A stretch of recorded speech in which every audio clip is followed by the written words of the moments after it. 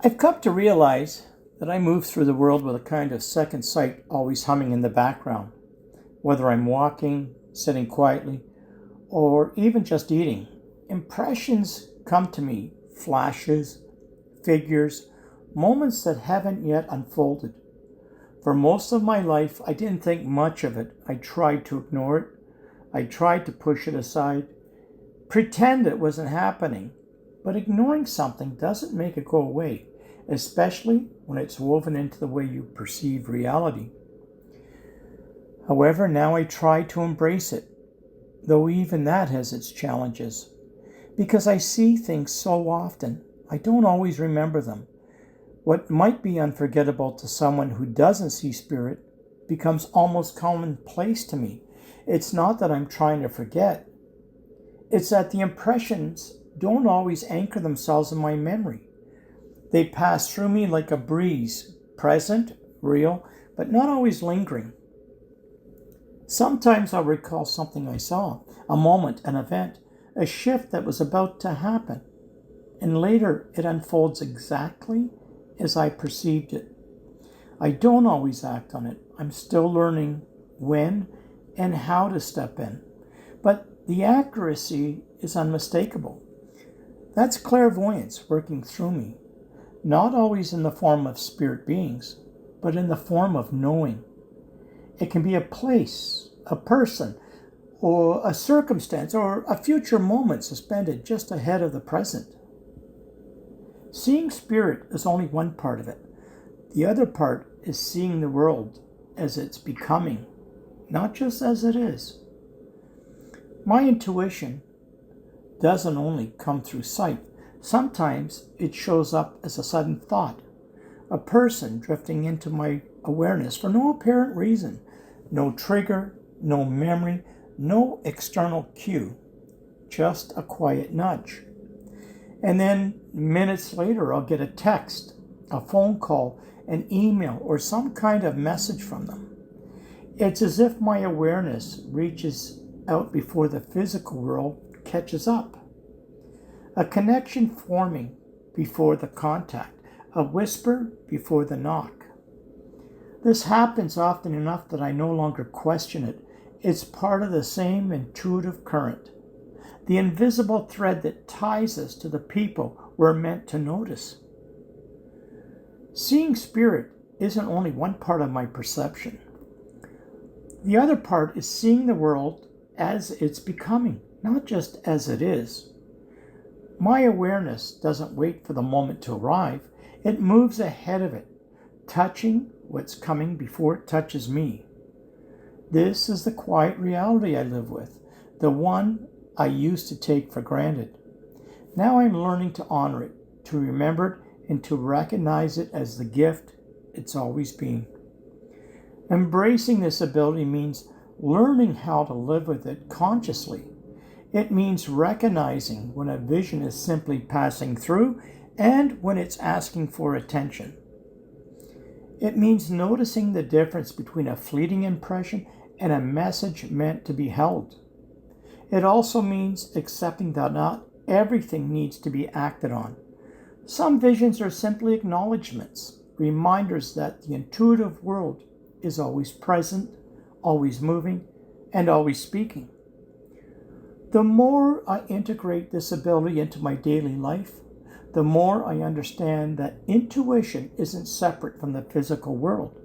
It's woven into it. It's part of the same fabric, just a different thread. Most people move through life looking forward. I move through life in two directions, forward into the physical world and slightly ahead into the intuitive one. I see what is, I see what was, and sometimes I see what will be. This dual awareness doesn't make me special. It simply makes me, me.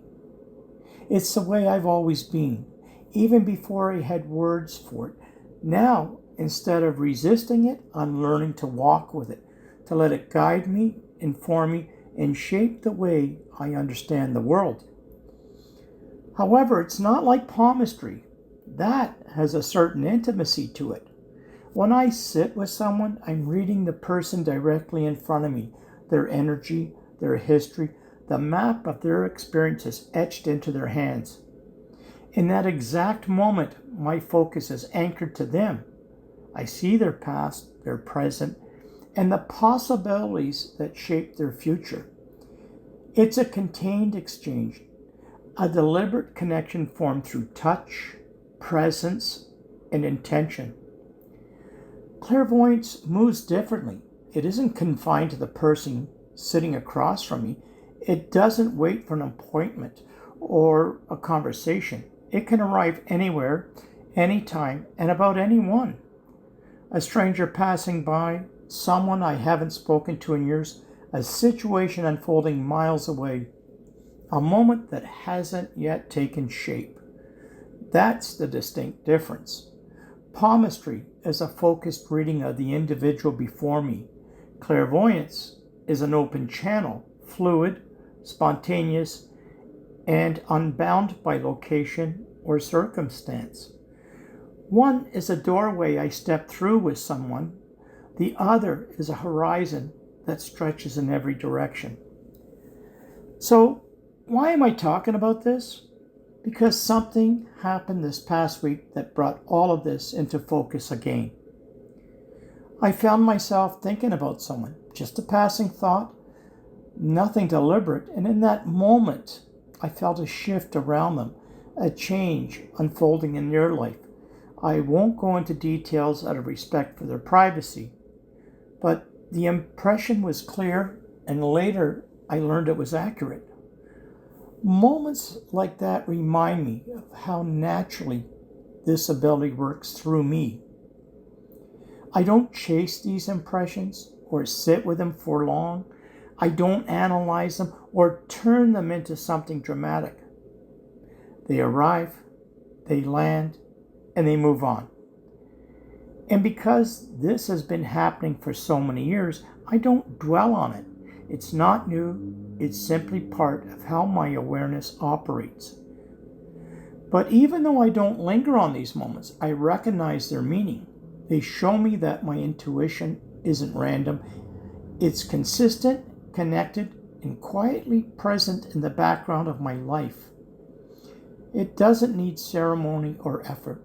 It doesn't wait for permission. It just speaks when it needs to.